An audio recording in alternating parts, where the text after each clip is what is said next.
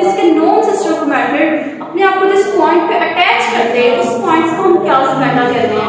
उसके बाद हमने देखा था कि क्रॉसिंग ओवर भी होती है। क्रॉसिंग ओवर का मतलब ये होता है कि जब होमोलोगस क्रोमोसोम्स होते हैं, दो होमोलोगस क्रोमोसोम उनकी जो नॉन सिस्टर क्रोमैटिड से अटैच होती है तो उनके दरमियान में क्या होता है, जेनेटिक मटेरियल जो है एक्सचेंज होता है।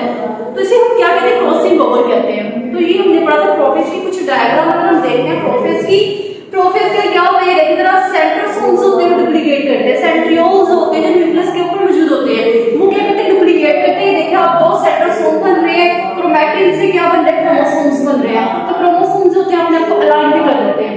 ये होती है उसकी प्रोफेज की। उसके बाद क्या होता है कि साइनेप्सिस होती है। साइनेप्सिस कहते हैं कि दोनों होमोलोगस क्रोमोसोम एक दूसरे के करीब आ गए। करीब आने के बाद क्लासमेटा बनता है, यानी कि जिस पॉइंट पर अटैच होते हैं उस पॉइंट को हम क्लासमेटा कहते हैं।